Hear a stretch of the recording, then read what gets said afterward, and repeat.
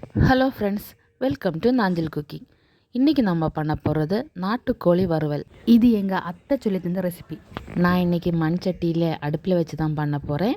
சட்டி சூடானதும் ஒரு ஸ்பூன் தேங்காய் எண்ணெய் ஊற்றி 4 பெரிய ஸ்பூன் முழு மல்லி எடுத்திருக்கேன். அது லைட்டாக வதக்கினதும் ஒரு 10 to 12 உங்கள் எரிப்புக்கு தேவையான வத்தலும் போட்டு வறுத்துக்குங்க. அது வறுபட்டதுமே 3 ஸ்பூன் பெருஞ்சீரகம், கறி மசாலாவுக்கு பதிலாக பெருஞ்சீரகம் மட்டும்தான் இன்றைக்கி நான் போடுதேன். இதை மட்டுமே போட்டு நல்லா வறுத்து எடுத்துக்குங்க. இது ஆறுனதும் நமக்கு பிடிச்சி எடுத்துக்கிடலாம். இனி அதே சட்டியில் ஒரு ஸ்பூன் எண்ணெயை ஊற்றி ஒரு பெரிய பவுல் நிறச்சி நாட்டுக்கோழி, இது ஒரு 1.5 கிலோ கிட்டத்தட்ட இருக்கும், அதை போட்டு வதக்கிக்குங்க. அதே பவுலுக்கு 3/4 பவுல் சின்ன உள்ளி, இதுக்கு சின்ன உள்ளி தான் நல்லாயிருக்கும், சின்ன உள்ளி போடுங்க. 1/2 ஸ்பூன் மஞ்சள் பொடி, தேவைக்கு உப்பு, கல் உப்பு தான் எடுத்திருக்கேன். இது வேகிறதுக்கு தேவையான தண்ணி, இது எல்லாமே போட்டு வேக வச்சிடலாம். இது மண்சட்டியில் வச்சுருக்கிறதுனால கொஞ்சம் நிறையவே தண்ணி ஊற்றுக்குங்க.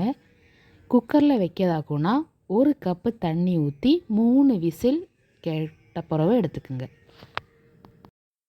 இதிலேயே தண்ணி ஊறும், அதனால் தேவைப்பட்டுனா மட்டும் திரும்ப ஊற்றிக்குங்க. இது இடைக்கிடைக்கி கிண்டி விட்டுக்கிடணும். அப்போ பார்த்துக்குங்க, தண்ணி இல்லைன்னா ஊற்றிக்குங்க.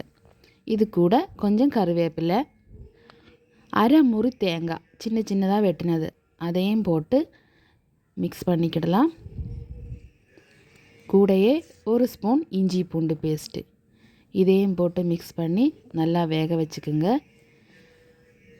இதுக்கிடையில் நம்ம மசாலா அரைச்சிக்கிடலாம். நம்ம முதல்ல வறுத்தெடுத்த வத்தல், மல்லி, பெருஞ்சீரகம் இதெல்லாமே போட்டு நல்லா அம்மியில் அரைச்செடுத்துருக்கேன். அரைச்செடுத்தாச்சு. இனி இதையும் இந்த சிக்கன் கூட போட்டுக்கிடலாம். போட்டு நல்லா மிக்ஸ் பண்ணிக்கோங்க.